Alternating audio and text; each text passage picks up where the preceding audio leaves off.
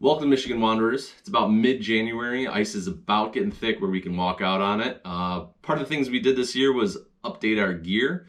One of the things we ended up getting was a Garmin Striker 4 CV, and we also bought an ice kit to go with it. Now, the CV isn't offered in the ice kit package that Garmin offers, so we bought them separately. I think we bought the Vivid CV, the 4-inch, and then we also bought the ice kit separately. This ice kit came with a battery. One of the things that we didn't buy is an ice transducer. So what I'm going to do here today is kind of show you what I'm thinking about the setting up the Boat Transducer or the trolling motor transducer to fit on a mount that we can use in the ice. So follow along and we can see what we can build today. So in looking at the setup that I wanted to have, I wanted something I could use on the ice, but then also out on the water during summers. I currently have a canoe that I'm looking to set up a fish finder on, and I wanted to have something I could use either a flasher or a fish finder out on the ice because I just got a hub shanty for this winter. So what I end up going with is the Garmin Striker 4 Vivid. The CV, the Clearview version. There is the Plus CV, which doesn't have the Vivid, and then there's the Vivid version. The Vivid version really only has some extra colors in the Clearview section of the menu. But they don't offer a Clearview in a prepackaged ice fishing kit. So I end up having to buy the kit separately from the actual fish finder, from the Striker. So this is the 4-inch Striker CV with a separate ice kit. The CV itself was $178, and the ice kit, which is basically the insulated case, the plastic, the battery, the holder, and some extra mounts, ended up at around $99. So all in, I'm in about 278 bucks. It comes with a multitude of different mounts for the transducer. And like I said, I didn't buy the ice transducer. I'm going to try to use the trolling motor transducer with my ice setup just to see what it's like. Otherwise, it would, I think, be another extra 115 bucks. So what we're going to be doing today a bit is creating a mount for the trolling motor transducer, the GT20, and showing you how I'm going to do that. So I can use it both on the ice and then hopefully transition it into something for the canoe later this year. So the auger I have is about a 6-inch auger. I'm also looking at this working on about an 8-inch hole. So the kind of the rough plan for this is to kind of develop a frame that this transducer can hang from. I can set it to so that it's level, and also so that it can sit over top of that hole and make it easy to either take it out when I'm fishing if we get a fish, to keep it out of the way, and to also make it easy to transport. So what we're looking at, I end up using, is just doing some measurements. The distance on either side of this specific this transducer mount is about 1 inch. So I needed something that would fit inside. And looking at, end up at our local hardware store, I bought about $25 worth of equipment of parts, and that should probably get us to have a nice rugged but also versatile mount. So the way this is going to end up working is that this transducer is going to mount pretty much like this. I'm going to cut out some tabs with a Dremel to make this mount a little bit easier and drill some holes. But the overall arrangement basically looks like this. We have a down tube, which the transducer is going to be mounted to. We have a 4-way junction that we end up going to put for one side and for the other side. And all these will get cut down. We have a 3-way that fits on this end and a 3-way that fits on this end. And then 2 tubes, they'll fit on either side of that, with a good amount of caps to cover those ends. Now, the other advantage of this is that I can add a top tube that makes it easy to pull it in and out of the water once this transducer is mounted to the bottom. So we're going to go through the process of cutting these up and assembling this.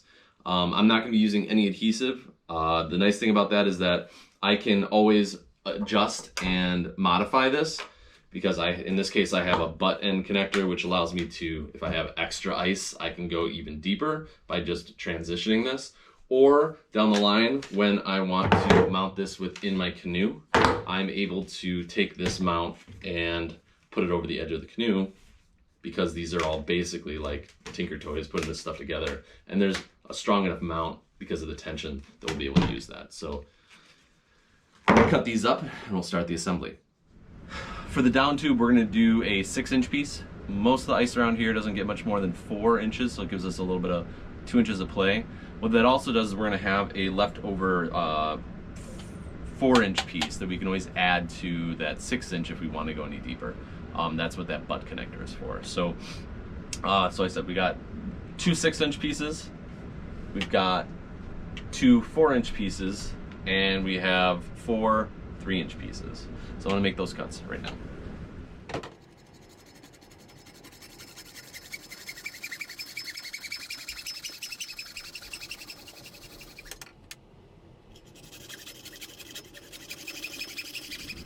So after you're done cutting, you get a little bit of a burr on the edge. So we're gonna take a little bit of sandpaper and just end up taking that burred edge off of it. Makes it, fitting it into those couplings a little bit easier, and makes it so that there's room to play.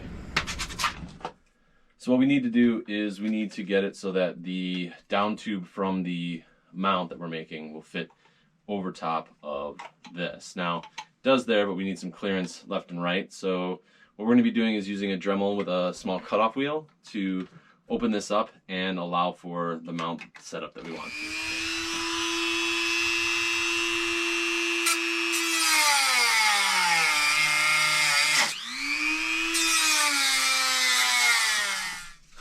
So this is offset a little bit off center because the transom, the way that the transom mounts is that it has a section that needs more clearance. So this allows us to pitch it forward and gives us a little bit of a more coverage to be able to do that. So what we need to do now is to drill a hole to put the cross brace, the cross bolt through so that this transom can mount.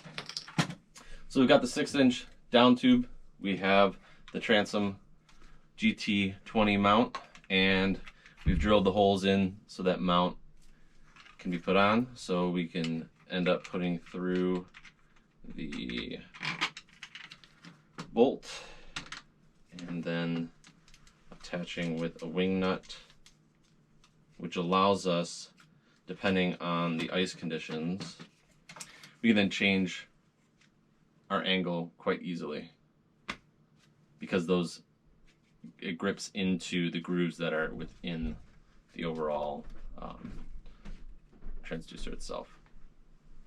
We've got our 1 1/4 inch PVC. This is a 6-inch down tube. Got it cut out so that that transducer can fold up pretty nice. We could even do some more cutouts if we want to, so this would fold up even easier. But basically, we've got a screw with a wing nut, and that helps us tighten it down to keep that transducer right where we want it, to keep it level. What we're going to do is attach that to our 4-way junction piece. So that gets attached like that. Now what we're doing is basically creating 2 arms off of the side that will sit essentially on the ice as this goes down into the hole. So to do that, we're going to use, these are 4-inch pieces. So we want to get 4 inches outside that hole so that we get some clearance if we want to drop a line down. So we do 2 4-inches on either side. We then install our 3-way junctions there and there. And then we have our 4 3-inch pieces, which we assemble basically like this with some caps.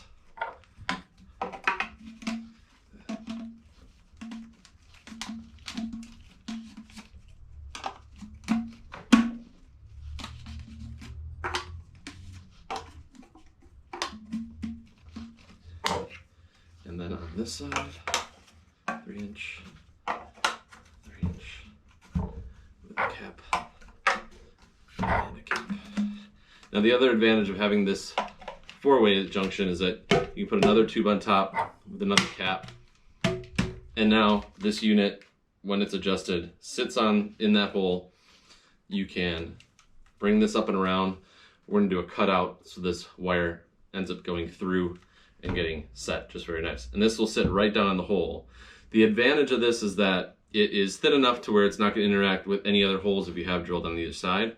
It's completely versatile to where you can take it apart. I can essentially twist these and make it a pretty compact element that would fit right in my sled.